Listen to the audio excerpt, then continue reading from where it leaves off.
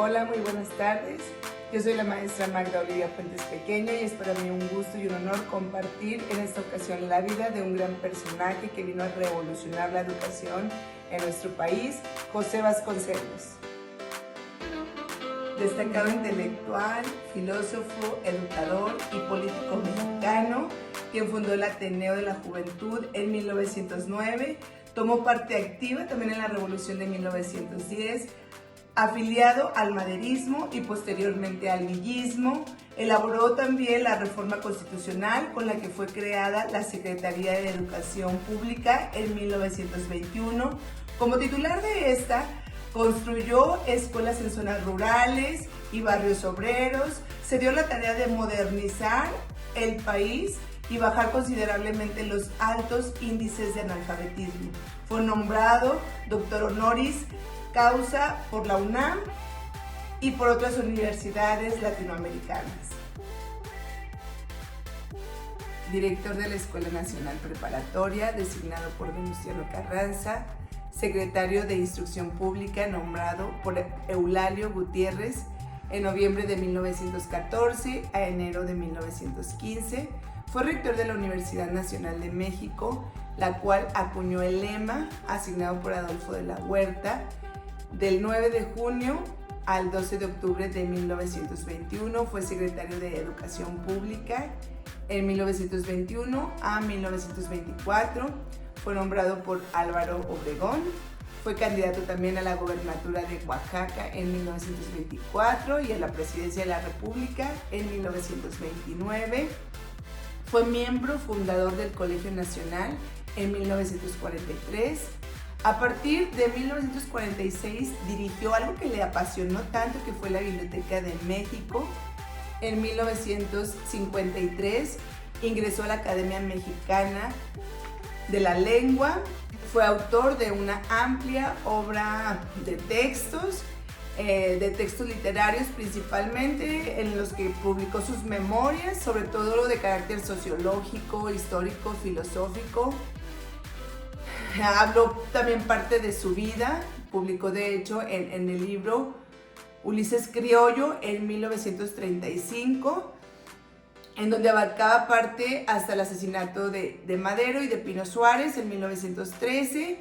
La Tormenta también fue parte de la segunda parte de Ulises Criollo en 1936 y concluye con el asesinato de Carranza en 1920.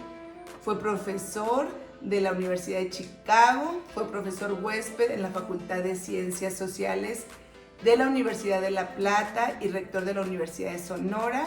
Recibió también la Orden de Isabel la Católica por parte del gobierno de España en 1950. Fue doctor honoris causa por las universidades de Chile, Puerto Rico, El Salvador, Guatemala, así como por la UNAM.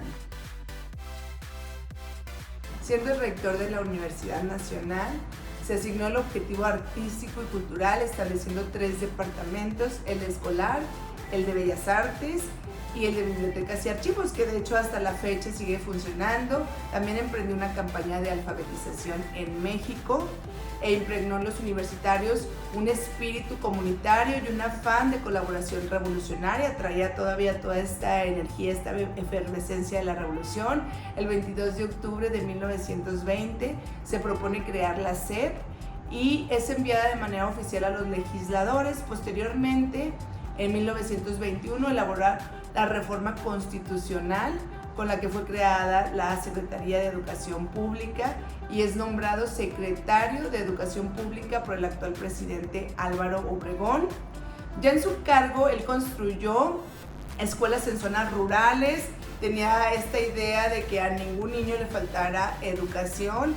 Se fue también a los barrios obreros, también estuvo priorizando la educación principalmente básica, incrementó la matrícula de profesores y estudiantes. Uno de los ejemplos más significativos fue la primera normal rural que fue creada en Tacámbaro, Michoacán, en 1922. De hecho, solamente egresaron de ahí 5 maestras mujeres y 11 hombres. En ese momento, pues aunque hayan sido muy poquitos, fue un gran logro porque estaban pasando de un conflicto postrevolucionario También una de las tareas principales fue la creación de diversas bibliotecas escolares, comunitarias, de barrio, ambulantes. Convirtió al Estado en un ente editor mediante la gran colección de clásicos verdes y lecturas también para mujeres, coordinada por Gabriela Mistral, la gran escritora chilena, así como también hubo una gran fuente de lecturas clásicos para niños que no podían por ahí faltar. Fue uno de los que también impulsó esta importancia en los libros de texto. También convocó a intelectuales y artistas que se comprometieran con el futuro del país. Una de las aportaciones también muy significativas fue el muralismo mexicano, que junto con Diego Rivera, yo creo que hay muchas instituciones de nuestro país que son una obra de arte principalmente por estas pinturas que creo que nos ha faltado un poquito más seguir impulsando el muralismo en nuestro país.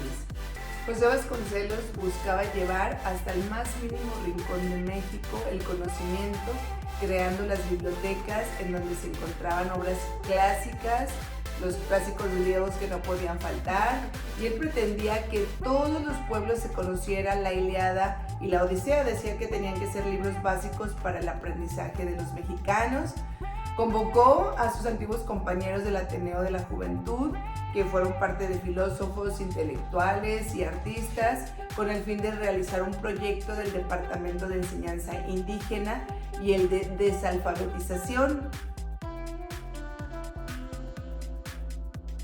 Dentro de sus obras tenemos a Ulises Criollo, que indagó y de una u otra manera fue a su parte interna y nos compartió su autobiografía, pero también tenemos La raza cósmica, que es una reflexión sobre la condición humana y el debate sobre las razas, las civilizaciones, pero asimismo una constatación de la necesidad del placer de encontrarse con el otro para reencontrarse con uno mismo. Es un ejemplo claro de dos caras de una misma moneda, pues revela el interés por el hombre y por sus circunstancias. Siempre estaba habido de conocimiento y de indagar acerca de los seres humanos, era humanista principalmente.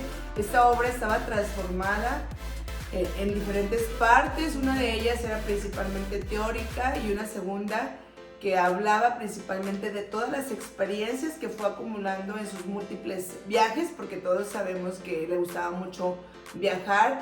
Esta primera mitad de los años 20, que fue principalmente por Brasil, Chile, Argentina, Uruguay, y la primera parte que desarrolla sobre todo la versión y la visión antropológica sobre la humanidad, porque era un personaje que le gustaba mucho esta parte del humanismo. Tenemos también que aporta reflexiones sobre las razas y el comportamiento humano en sociedad como parte de un todo orgánico que se retroalimenta, y la parte como de las anécdotas, la parte anecdótica, que sirve principalmente a lo abstracto y a lo teórico, que queda corroborado principalmente por ejemplos de vida. Dirigió la revista Continental Timón, la cual solo se publicó entre el 22 de febrero y el 15 de junio de 1940, debido a que el gobierno de entonces, que era el presidente Lázaro Cárdenas, prohibió la edición. Se creía ahí que había una simpatía que estaba mostrando principalmente en una publicación que se hizo en afinidad con la Alemania nazi y su líder Adolfo Hitler, cosa que por supuesto que no les agradó. Isaac Barr afirmó que dicha publicación de hecho se había financiado de manera directa por la Embajada de Alemania en México y que esto fue a cargo de Walter Dietrich. Asimismo, aportaron dinero empresarios y comerciantes allegados a Tercer Reich. Fue ampliamente criticado en este momento, son algunas informaciones que no están como muy claras o verificadas, porque se dice que tuvo como un deslice debido a estas publicaciones en donde se creía que estuvo defendiendo ideas fascistas, cosa que muchos de los filósofos y políticos de México pues no estuvieron de acuerdo.